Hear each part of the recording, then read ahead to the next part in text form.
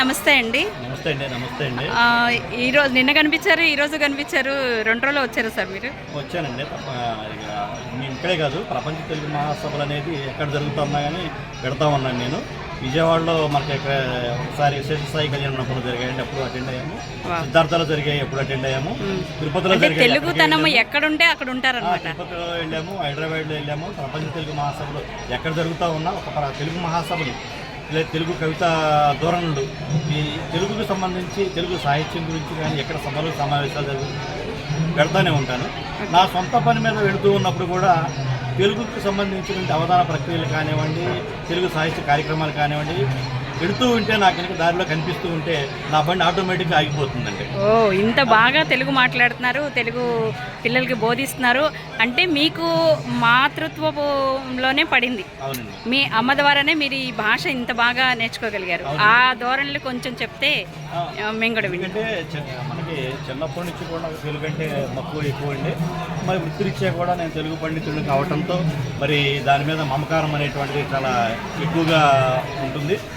అలానే ఈ యొక్క తెలుగు సాహిత్యంలో మరి విభిన్న రీతులను కూడా మనకి, ఎందుకంటే ఎక్కడ కూడా లేదు ఏ భాషలో నుంచి మన తెలుగు భాషలోనే ఉన్నాయి అన్నీ కూడా. మరి అంటే అంత మాధుర్యాన్ని మరి భావితరాలకు అందించాలంటే మనలాంటి వాళ్ళం కూడా కొంత ఉడతా భక్తిలాగా కొంత మనం అందించేటువంటి ప్రయత్నం చేయడం కోసం మేము తప్పిస్తూ ఉంటాం. ఎందుకంటే మనకి రానున్నటువంటి రోజుల్లో తెలుగు భాష అంతరించిపోకుండా ఉండాలి. మరి తెలుగు భాష మరి కొన్ని తరాలకు కూడా నిలిచిపోవాలి అంటే మనలాంటి వాళ్ళం నడుం కట్టి కొంత వారికి అందించాలనే ఉద్దేశంతో మాకు చేతనైనంత సాయం తెలుగు భాషకి ఉన్నటువంటి తెలుగు భాషకి సంబంధించినటువంటి పోటీలు కూడా నిర్వహిస్తూ ఉంటాం. Okay sir. తెలుగు భాష గురించి ఇంత అనర్గళంగా మాట్లాడతారు, ఇంకా నేను వదిలితే ఇంకా మాట్లాడుతూనే ఉంటారు. అయితే ఇక్కడ ముఖ్యంగా రచయితలు కనిపిస్తున్నారు సార్. ఇది రచయితల మహాసభలు కాబట్టి నేను ఏదో పుస్తకాల్లోనో జీకే బుక్కుల్లోనో చదివిన వాళ్ళందరూ ఇక్కడ కనిపిస్తున్నారు. అలా మీకు పరిచయం ఉన్న, మీకు తెలిసిన పేర్లు ఏమన్నా కొంతమంది చెప్పగలిగితే చెప్పండి. రచయితలు ఇక్కడ వచ్చిన తర్వాత ఇక్కడ చాలా మీరు కూడా ఒక కవిత చెప్పారు. అవునండి. నిన్న మరి 6వ ప్రపంచ తెలుగు మహాసభల్లో మరి నాకు కూడా ఒక కవిత చెప్పే అవకాశం వచ్చింది. ఇదే కాదు, మనకి మొన్న కూడా నాకు గత జరిగినటువంటి ప్రపంచ తెలుగు మహాసభల్లో కూడా నేను కవితలు చదివి వినిపించాను.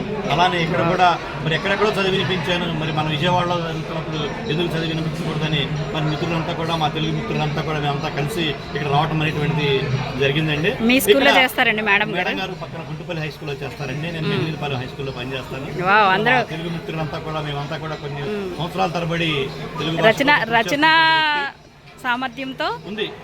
మేము కవితలు రాస్తూ ఉంటాం. మేడం గారు కూడా క్వశ్చన్ పేపర్స్ రాస్తూ ఉంటారు. తెలుగు సాహిత్యానికి సంబంధించి బోర్డు కృషి చేస్తూ ఉన్నారు మేడం గారు కూడా. మరి ఇక్కడ కనుక వచ్చినట్లయితే మీరు అన్నట్టు నిజంగా నిన్న భువనచంద్ర గారు మాకు కలిశారండి. మా కవితలు విన్న తర్వాత భువనచంద్ర గారు చాలా చక్కగా మరి వారు మేము చదివినటువంటి కవితలు విని వారు మమ్మల్ని అభినందించి సన్మానించడం అనేటువంటిది మాకు నిజంగా చాలా ఆనందంగా ఉందండి. ఆ విషయం ఏంటంటే భువనచంద్ర గారితో గతంలో సార్ వారు చాలా లావుగాను చాలా మీసాలతో ఇలా ఉండేవారండి. మరి ఇటీవల కొంచెం కొద్దిగా వారు బక్కచెక్కి కనిపించారు. వారితో నేను అర్ధగంట కూర్చొని మాట్లాడాను, కానీ నేను వారిని గుర్తుపట్టలేదు. మీ మాటకి ఇక్కడ నేను అడ్డొస్తున్నానండి. నేను కూడా అమెరికా పిల్లలకి ఆన్లైన్లో టీచింగ్ చేస్తాను. ఆన్లైన్లో చూసిన వాళ్ళు రియల్గా చూస్తే గుర్తుపట్టరు సార్. కొంత గ్యాప్ తర్వాత పోలికలు పోల్చుకుంటారు అనమాట. అలాగే మీకు ఎదురైంది ఆ సంఘటన? చాలా అద్భుతమైనటువంటి అరుదైనటువంటి సంఘటన ఏంటంటే వారితోనే అర్ధగంట కూర్చుంటే వారు భువనచంద్ర గారిని గుర్తుపట్టలేదు. చివరికి నేను చదివినటువంటి కవితకి వారే ముఖ్య అతిథిగా వచ్చి నాకు ఇవ్వటం అనేటువంటిది నిజంగా నాకు ఒక ఇది కదండి సర్ప్రైజ్, అద్భుతం అనిపించిందండి నిజంగా. తర్వాత తదుపరి నాకు ఇంకా చాలా మంది మిత్రులు కూడా కనిపించారండి. కొత్తగా వరలక్ష్మి గారని ఇక్కడ విజయవాడలోనే ఉన్నారు. ఆన్లైన్లో వారు మరి తెలుగు విద్యార్థులకు తెలుగు నేర్పడం అనేటువంటిది నిజంగా మరి డైరెక్ట్గా నేర్పడానికే చాలామంది ఎన్నో అవసరం పడుతున్నారు ప్రస్తుత పరిస్థితుల్లో విద్యార్థులు చెప్పడానికి.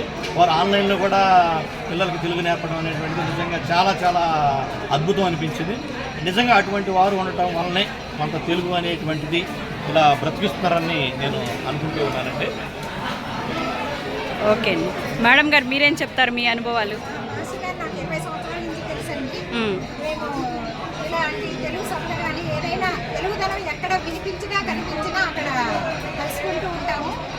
ఆ తర్వాత నాకు ఇక్కడ కనిపించిన వాళ్ళలో భువనచంద్ర గారు, రసరాజు గారు, అలాగే కౌలు వచ్చి శిఖామణి గారు, అద్దంకి శ్రీనివాస్ గారు, పలకలూరు ఇనాక్ గారు, రావి రంగారావు గారు. ఈరోజు ఉదయం కలిశానండి రావి రంగారావు గారిని. ఆయన్ని చూడలేదు ఎప్పుడు. నేను విద్యార్థి దశలో ఉన్నప్పటి నుంచి ఆయన కవితలు చదవడం, ఆయన పుస్తకాలు చదివాను నేను. అలా కానీ వారి అమ్మాయి రావి అరుణ గారి పరిచయము, ఆ సార్ని ఈరోజు కలుసుకోవడం చాలా సంతోషంగా అనిపించింది. ఎటు చూసినా తెలుగుదనం పుట్టిపడుతూ, ఎటు చూసినా తెలుగే, ఎటు చూసినా చమక్కలే విసురుతూ ఉన్నారు. ఆనందంతో పొంగిపోతున్నాను నేను. తెలుగుదనం నరనరాన నిండిపోయింది. ఓకే. ఈ ఉత్సాహంతో పాఠశాలలో కూడా పిల్లలందరిలో ఈ ఉత్సాహాన్ని నేను తీసుకెళ్ళి వారియర్గా వాళ్ళందరిలో నింపుతానని, తెలుగు భాష అభివృద్ధి కోసం నిరంతరం కృషి చేస్తానని నేను చదివినటువంటి నారసింహ సంస్కృత కళాశాల సాక్షిగా మరీ చెప్తున్నాను. ఆ పేరు తల్లిదండ్రుల సాక్షిగా ప్రతిజ్ఞ చేస్తున్నాను. ఓకే, జై తెలుగు. చాలా చాలా ధన్యవాదాలు సార్. మీరు ఇంత బాగా తెలుగుదనం గురించి, తెలుగు అనుభవాల గురించి చక్కగా పంచుకున్నారు. మీకు హృదయపూర్వక ధన్యవాదాలు తెలియజేస్తున్నాను.